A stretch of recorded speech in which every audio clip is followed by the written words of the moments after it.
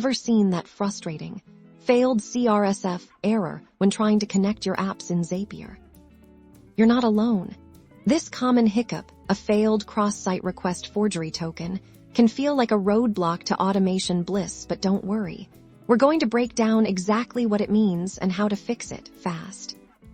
Think of it this way: websites use something called a CSRF token as a secret handshake, a unique identifier to make sure it's you making a request to connect your apps, and not some unauthorized imposter when Zapier tries to connect your apps. It needs this token to verify the connection is legitimate and secure. So, why does this token sometimes fail during Zapier connections? Usually, it's related to how your browser or the app you're connecting handles these security tokens. This can happen if you have certain browser extensions interfering with the process, or if there's a slight delay or interruption during the connection handshake.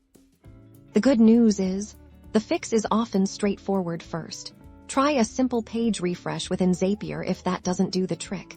Clearing your browser's cache and cookies can often resolve underlying data conflicts. Another effective step is to try connecting your app in an incognito or private browsing window, which helps rule out browser extension interference. If those steps don't work, temporarily disabling any browser extensions that might interfere with website security or logins can be the key. Once you've successfully connected your app, you can re-enable them by understanding what a CSRF token is and following these simple troubleshooting steps.